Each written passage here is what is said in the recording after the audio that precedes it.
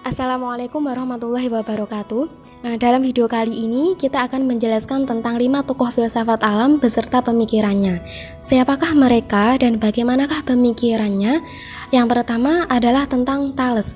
Thales dari Miletos adalah seorang filsuf yang mengawali sejarah filsafat barat pada abad ke-6 sebelum Masehi. Sebelum Thales, pemikiran Yunani dikuasai cara berpikir mitologis dalam menjelaskan segala sesuatu. Pemikiran Thales dianggap sebagai kegiatan berfilsafat pertama dan disebut sebagai bapak filsafat, karena mencoba menjelaskan dunia dan gejala-gejala di dalamnya tanpa bersandar pada mitos, melainkan pada rasio manusia. Bersama dengan Anaximenes dan Anaximenes, Thales digolongkan ke dalam mazhab Miletos. Aristoteles mengatakan bahwa Thales adalah orang yang pertama kali memikirkan tentang asal mula terjadinya alam semesta. Oleh karena itu, Thales juga dianggap sebagai perintis filsafat alam. Thales menyatakan bahwa air adalah prinsip dasar segala sesuatu. Air menjadi pangkal, pokok, dan dasar dari segala-galanya yang ada di alam semesta. Berkat kekuatan dan daya kreativitasnya sendiri, tanpa ada sebab-sebab di luar dirinya, air mampu tampil dalam segala bentuk, bersifat mantap dan tak terbinasakan. Menurut Thales, air sebagai sumber kehidupan. Argumentasi Thales terhadap pandangan tersebut adalah bagaimana bahwa makanan semua makhluk hidup mengandung air, dan bagaimana semua makhluk hidup juga memerlukan air untuk hidup. Selain itu, air adalah zat yang dapat berubah-ubah bentuk, baik pada cair maupun gas, tanpa menjadi berkurang. Selain itu, ia juga mengemukakan pandangan bahwa bumi terletak di atas air. Bumi dipandang sebagai bahan yang satu kali keluar dari laut dan kemudian terapung-apung di atasnya. Tokoh yang kedua adalah Anaximenes. Anaximenes adalah seorang filsuf dari mazhab Miletos dan merupakan murid dari Thales. Anaximenes adalah filsuf pertama yang meninggalkan bukti tulisan berbentuk prosa. Meskipun Anaximenes merupakan murid Thales, tetapi ia menjadi terkenal justru karena mengkritik pandangan gurunya mengenai air sebagai prinsip dasar segala sesuatu. Menurutnya, bila air merupakan prinsip dasar segala sesuatu, maka seharusnya air terdapat di dalam segala sesuatu dan tidak ada lagi zat yang berlawanan dengannya. Namun, kenyataannya air dan api saling berlawanan sehingga air bukanlah zat yang ada di dalam segala sesuatu. Oleh karena itu, Anaximenes berpendapat bahwa tidak mungkin mencari prinsip dasar tersebut dari zat yang empiris. Prinsip dasar itu haruslah pada sesuatu yang lebih mendalam dan tidak dapat diamati oleh panca indera. Anaximenes mengatakan bahwa prinsip dasar segala sesuatu adalah tou peiren. Tou peiren berasal dari bahasa Yunani yang merupakan gabungan a dan peras yang berarti tanpa batas. Ia merupakan suatu prinsip abstrak yang menjadi prinsip dasar segala sesuatu. Ia bersifat ilahi, abadi, tak terubahkan, dan meliputi segala sesuatu. Dari prinsip inilah berasal segala sesuatu yang ada di dalam jagat raya sebagai unsur-unsur yang berlawanan, atau yang panas dan dingin, yang kering dan yang basah, malam dan terang, dan sebagainya. Kemudian kepada prinsip ini juga semua pada akhirnya akan kembali. Tokoh yang ketiga adalah Anaximenes. Anaximenes adalah seorang filsuf yang berasal dari kota Miletos, sama seperti Thales dan Anaximenes. Anaximenes hidup sezaman dengan kedua filsuf tersebut, kendati ia lebih muda dari Anaximenes. Salah satu kesulitan untuk menerima filsafat Anaximenes tentang tou peiren yang bersifat metafisik adalah bagaimana menjelaskan hubungan saling memengaruhi antara yang metafisik dengan yang fisik. Oleh karena itu, Anaximenes tidak lagi melihat sesuatu yang metafisik sebagai prinsip dasar segala sesuatu, melainkan kembali pada zat yang bersifat fisik, yakni udara. Tidak seperti air yang tidak terdapat di api. Tersebut adalah pemikiran Thales. Udara merupakan zat yang terdapat di dalam semua hal, baik air, api, manusia, maupun segala sesuatu. Oleh karena itu, Anaximenes berpendapat bahwa udara adalah prinsip dasar segala sesuatu. Udara adalah zat yang menyebabkan seluruh benda muncul, telah muncul, atau akan muncul sebagai bentuk lain.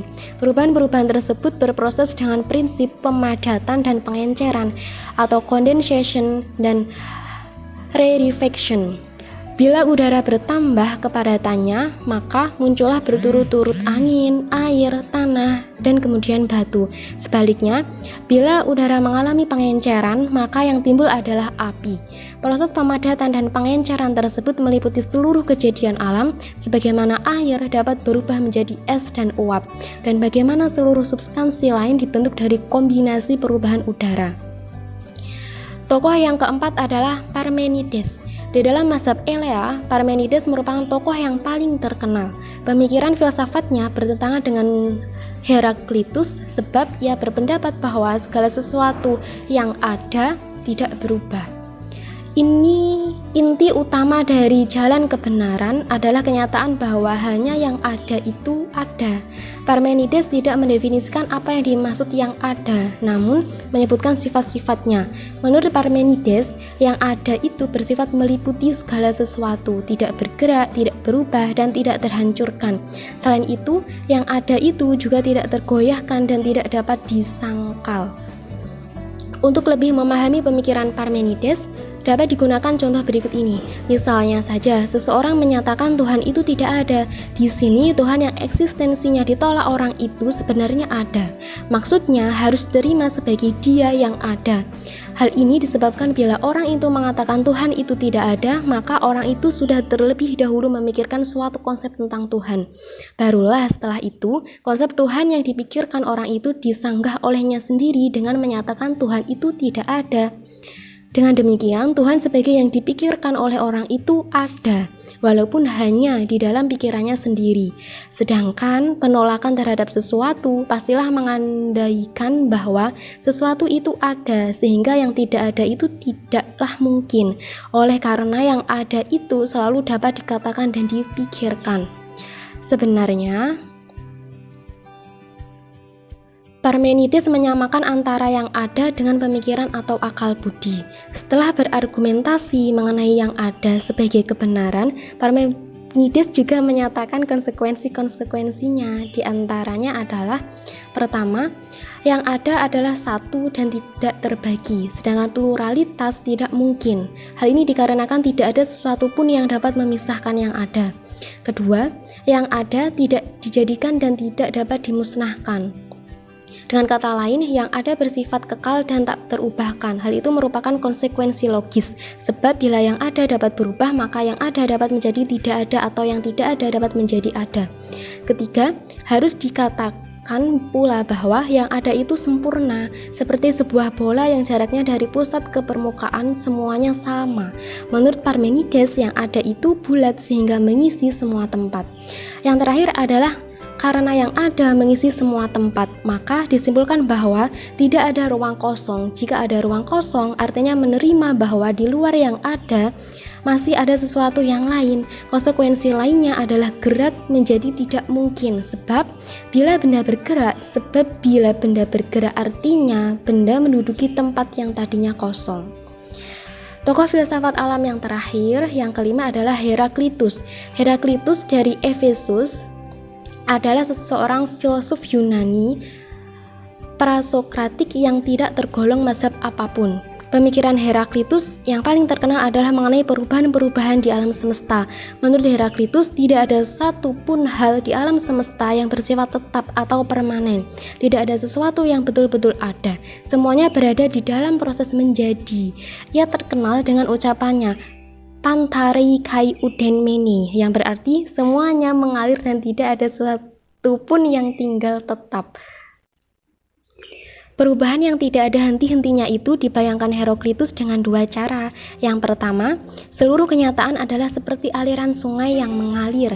Engkau tidak dapat turun dua kali ke sungai yang sama. Demikian kata Heraklitus. Maksudnya di sini, air sungai selalu bergerak sehingga tidak pernah seseorang turun di air sungai yang sama dengan yang sebelumnya. Kedua, ia menggambarkan seluruh kenyataan dengan api. Maksud api di sini adalah konsep mazhab Miletos yang menjadikan air atau udara sebagai prinsip dasar segala sesuatu. Bagi Heraklitus, api bukanlah zat yang dapat menerangkan perubahan-perubahan segala sesuatu, melainkan melambangkan gerak perubahan itu sendiri. Api senantiasa mengubah apa saja yang dibakarnya menjadi abu dan asap, tetapi api tetaplah api yang sama. Karena itu api cocok untuk melambangkan kesatuan dalam perubahan. Sekian, kita akan lanjut lagi di lain waktu. Terima kasih. Assalamualaikum warahmatullahi wabarakatuh.